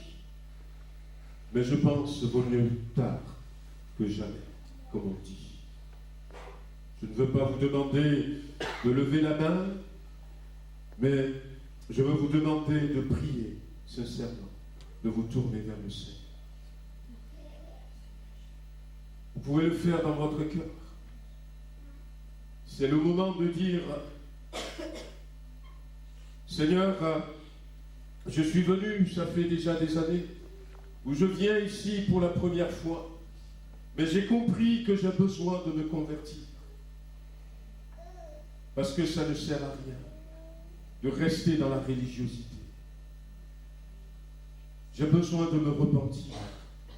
J'ai besoin que tu me pardonnes mon péché. J'ai besoin que tu me laves.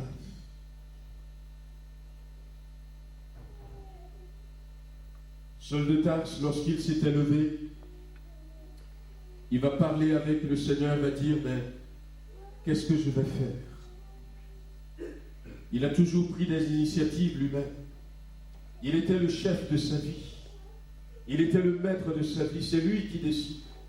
Nous l'avions lu, ce n'est même pas les grands sacrificateurs qui l'ont envoyé à Damas. C'est lui qui était parti les voir en disant, je veux aller à Damas.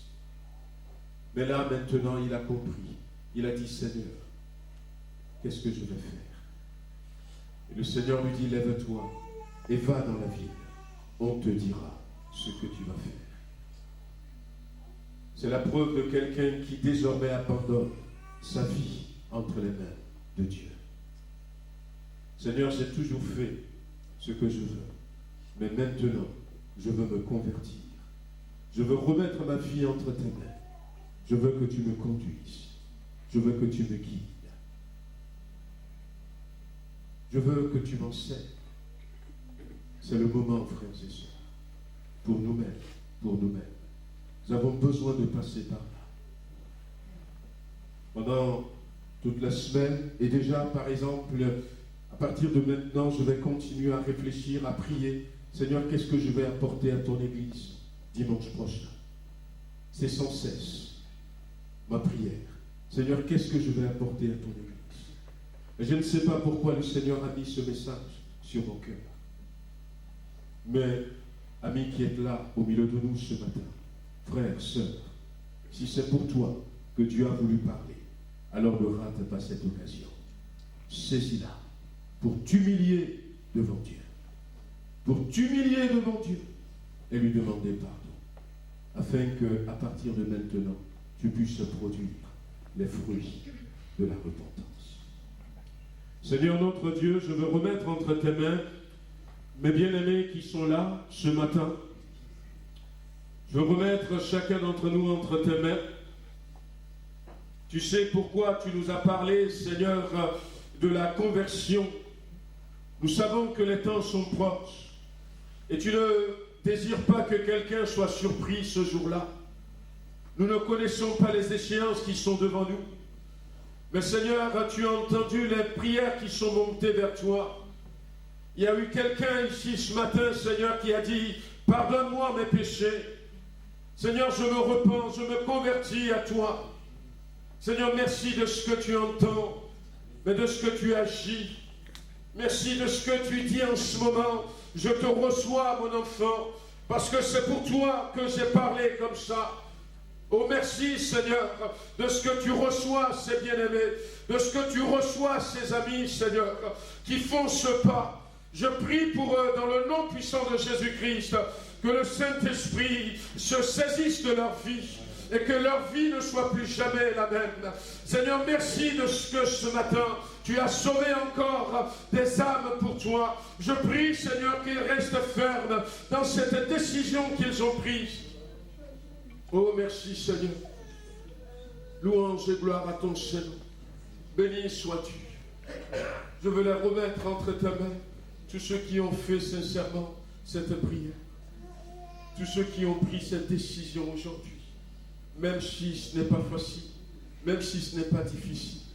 Seigneur, tu as toujours gardé comme tu l'as dit dans Jean 17, ceux qui viennent à toi, ceux que le Père te donne. Et je proclame par la foi que tu vas les garder jusqu'au bout. Au nom de Jésus-Christ. Amen. Amen. Si vous avez fait cette prière, soyez bénis, soyez les bienvenus. Vous savez, dans ce que nous avions lu, Dieu va parler à Ananias, et Ananias va aller voir Saul de Tarse. Le dialogue entre Ananias et Jésus, c'était, mais cet homme, il persécute, il fait du mal à ton Église. Et Dieu va lui dire, ben, c'est un instrument, un homme que j'ai choisi. Et quand Ananias est allé voir, la Bible dit au verset 17, lorsque Ananias était arrivé dans la maison, il imposa les mains à Saul en disant, Saul, mon frère. Ça y est, il a changé de camp. Il a changé d'identité. Saul, mon frère. Non plus Saul le persécuteur. La Bible dit que quand nous le confessons, quand nous faisons cette prière, quand nous nous détournons comme ça de manière sincère, à partir de ce moment-là, nous devenons enfants de Dieu. C'est vrai que ça ne va pas être toujours facile pour Saul de Tarse. Il va être mal compris. Il va être poursuivi à son tour par ceux qui le soutenaient avant. Il va connaître des difficultés, mais il va rester ferme. Il va rester ferme. Il va dire même à Saul de Tarse, lève-toi, sois baptisé et lavé de tes péchés au nom de Jésus-Christ. Ne baissez pas les bras. Eh bien, persévérez. Bientôt, je ne sais pas, donc avec Maggie, on disait qu'il y a deux personnes sur Tarare qui veulent se faire baptiser, et puis il y en a une qui veut se faire baptiser ici, il y a quelqu'un d'autre qui m'en avait parlé, mais bientôt, je crois que je vais annoncer des cours de préparation pour le baptême, et puis allez toujours de l'avant, progressez, amen, ne baissez pas les bras, parce que l'éternité nous attend. Voilà, que le Seigneur nous bénisse. N'oubliez pas, le dimanche 26, invitez des amis à venir écouter, voilà, à venir manger avec nous. Donc on va de Tarse pour qu'il puisse y avoir cette conversion. C'est vrai que Étienne avait prié pour Saul, ça l'avait marqué, mais ça l'avait juste marqué, il avait entendu, mais, eh bien, il dira plus tard même qu'il y avait de ses parents qui étaient convertis avant lui, donc je crois qu'il y avait eu beaucoup de prières. Mais à un moment donné, à un temps précis, ou à un temps choisi par Dieu, il a fallu que lui-même, il fasse le choix. Et ce moment, c'était pour moi ce jour où j'ai été chez mon frère qui avait prié devant moi. C'était une simple prière qui m'avait bouleversé, qui m'avait précipité à terre, qui m'avait fait tomber de mon piédestal. Une simple prière. Ce moment, ça peut être maintenant pour quelqu'un au milieu de nous, ce matin. Ce moment, beaucoup d'entre nous pourront, qui ont déjà fait l'expérience, pourront le dire que, c'était ce jour-là que j'avais compris. C'est un moment choisi par Dieu, mais c'est un moment où tout s'éclaire enfin pour nous.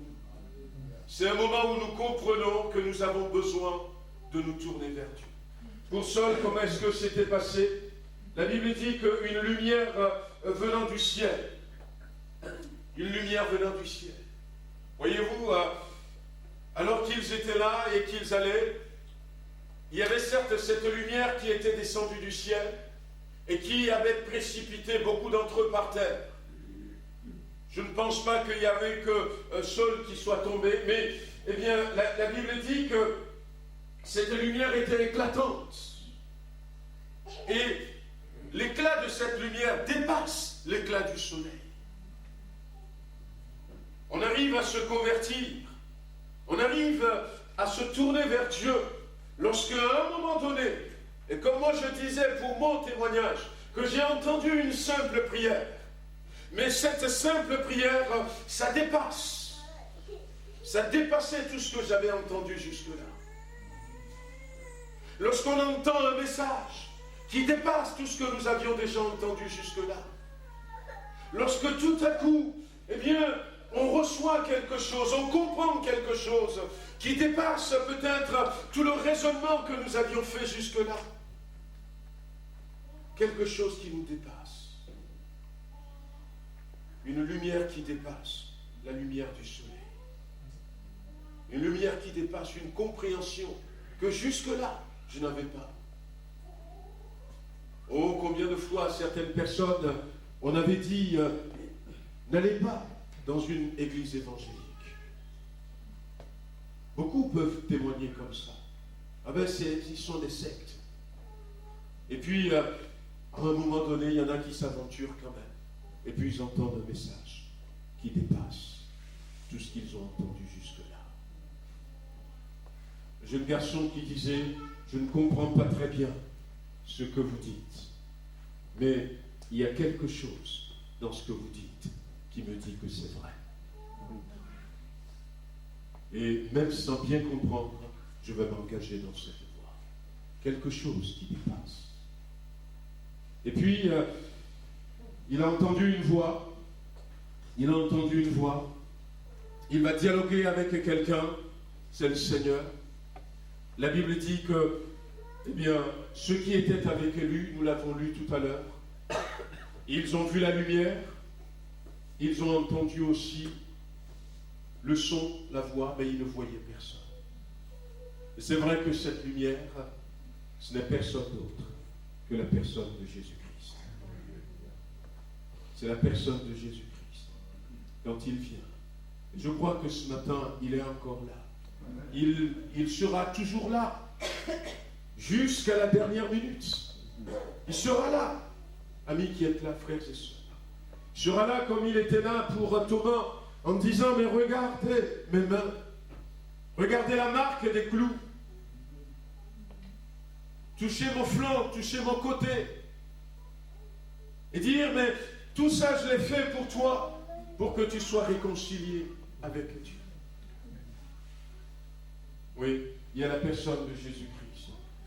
Eh bien, qui va s'adresser, la voix de Dieu, qui va s'adresser à Saul de Tarse. Quelqu'un pourra dire que, eh bien, moi j'ai fait tellement de mauvaises choses. Une fois, j'ai rencontré comme ça une personne. Et elle me disait, je ne pense pas que Dieu peut me pardonner. Alors j'ai discuté avec cette dame, et puis je lui ai dit, mais donnez votre cœur à Jésus. Demandez à Dieu de vous pardonner. Elle a dit, non, j'ose pas. Parce que j'ai fait tellement de mauvaises choses. Ouais, quel que soit ce que nous avions fait, la voix de Dieu va s'adresser à Saul de Tarse. Ma prière, c'est que ce matin, eh bien, la voix de Dieu s'adresse à quelqu'un au milieu de nous. Et voyez-vous, pour pousser quelqu'un à se convertir. Contrairement à ce qui se dit, des fois, ce n'est pas Dieu qui convertit l'homme, mais c'est à l'homme de décider de se convertir. C'est à moi, quand j'entends ce que j'entends, quand je vois ce que je vois, qu'à un moment donné que je réalise que ce chemin, cette direction, je ne veux plus continuer à la suivre, cette direction. Je ne veux plus continuer à marcher dans ce chemin. Je vais me détourner et suivre le chemin que Dieu me montre. Que Dieu me montre. C'est à moi de décider. Jésus a tout accompli. Et ce matin encore, il interpelle un cœur. Mais, eh bien, je crois que même pour Saul de Tarse, comme je disais tout à l'heure, il y a eu le cas d'Étienne.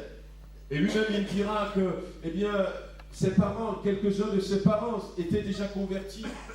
Mais peut-être qu'il y avait eu une résistance. Peut-être que c'est pour ça que la voix lui dira, que le Seigneur lui dira, il te sera dur. Voyez-vous, il te sera dur de réserver contre les aiguillons. Non pas pour le forcer, en disant, mais arrête de résister. Arrête de persister dans cette direction. Ça n'amène que ruine. Arrête d'endurcir ton cœur. Ne continue plus dans cette direction. Peut-être parce que le Seigneur lui a déjà parlé.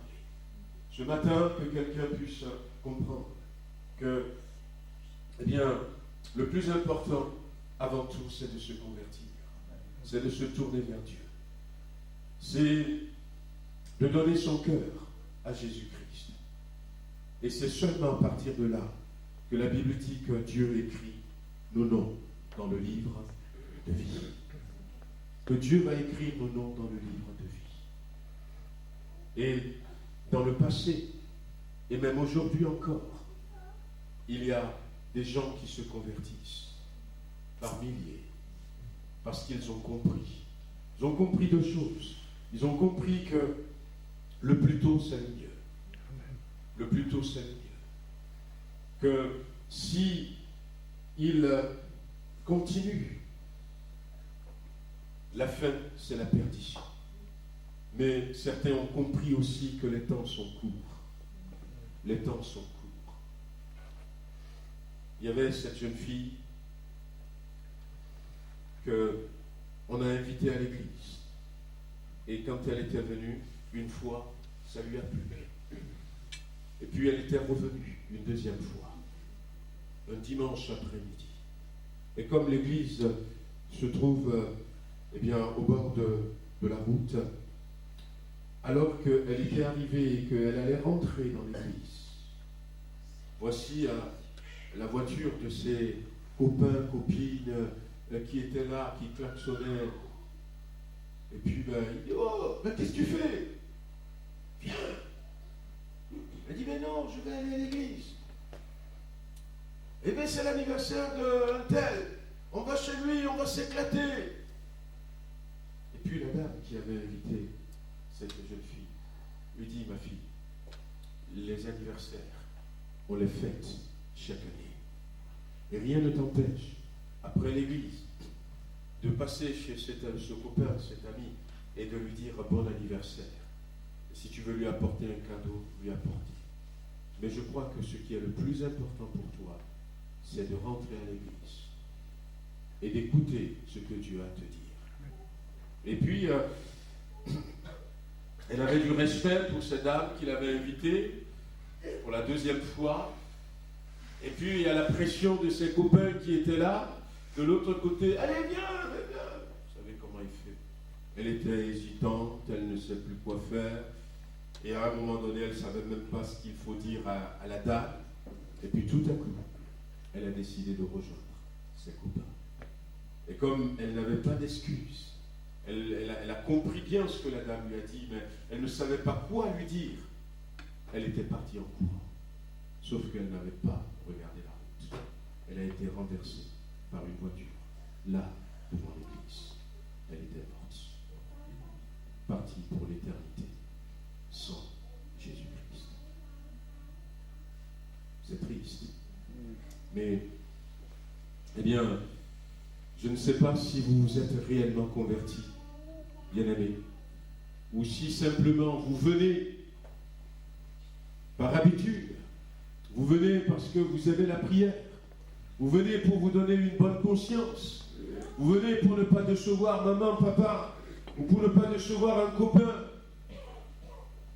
Je ne sais pas, mais je crois que le Seigneur ce matin, eh bien, nous donne l'occasion, pour ceux qui ne sont pas convertis, eh bien, de le faire. On va baisser les têtes, on va prier quelques instants.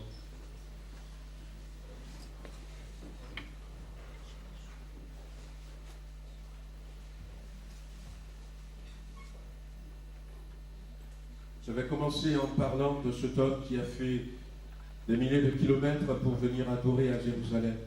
Mais Dieu savait qu'il n'était pas converti. Et Dieu ne va pas le laisser repartir sans le salut dans son cœur. Ce qu'on appelle véritablement le salut, ça commence par la conversion. Je vous avais parlé de Corneille, qui priait, qui faisait des œuvres. Bien-aimés, ce matin, peut-être que Dieu s'adresse à quelqu'un au milieu de nous. Peut-être que c'est la première fois que vous êtes là. C'est la première fois. Peut-être que vous êtes là depuis. Mais je pense vaut mieux tard que jamais, comme on dit.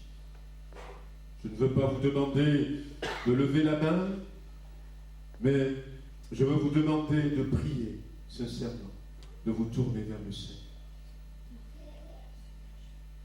Vous pouvez le faire dans votre cœur. C'est le moment de dire, Seigneur, je suis venu, ça fait déjà des années, où je viens ici pour la première fois, mais j'ai compris que j'ai besoin de me convertir. Parce que ça ne sert à rien de rester dans la religiosité. J'ai besoin de me repentir. J'ai besoin que tu me pardonnes mon péché. J'ai besoin que tu me laves.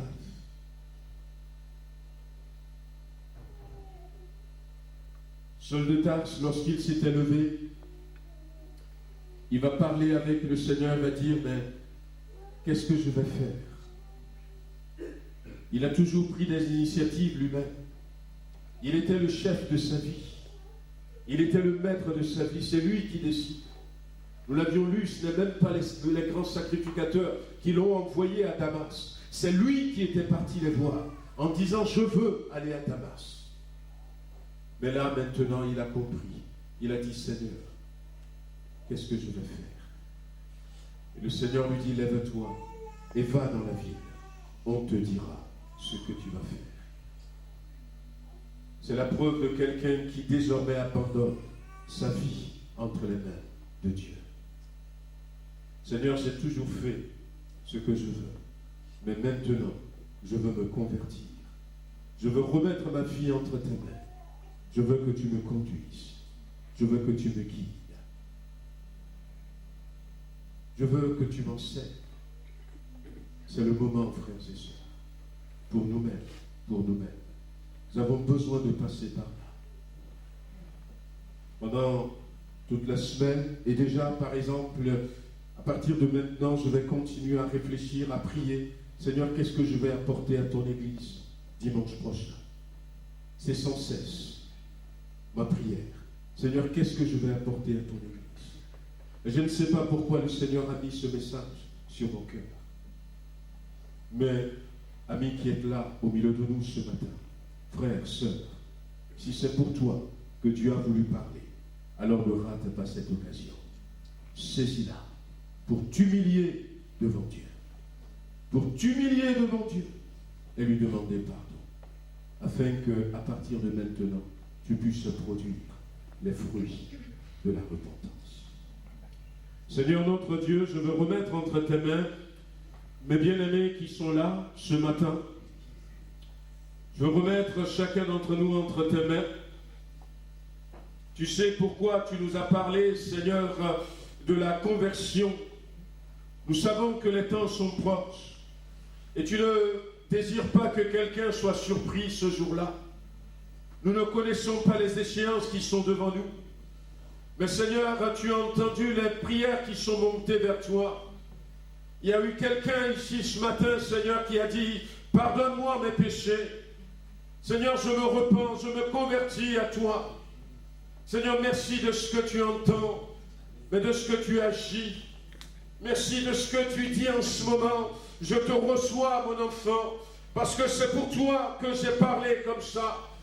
Oh, merci, Seigneur, de ce que tu reçois, ces bien-aimés, de ce que tu reçois, ces amis, Seigneur, qui font ce pas.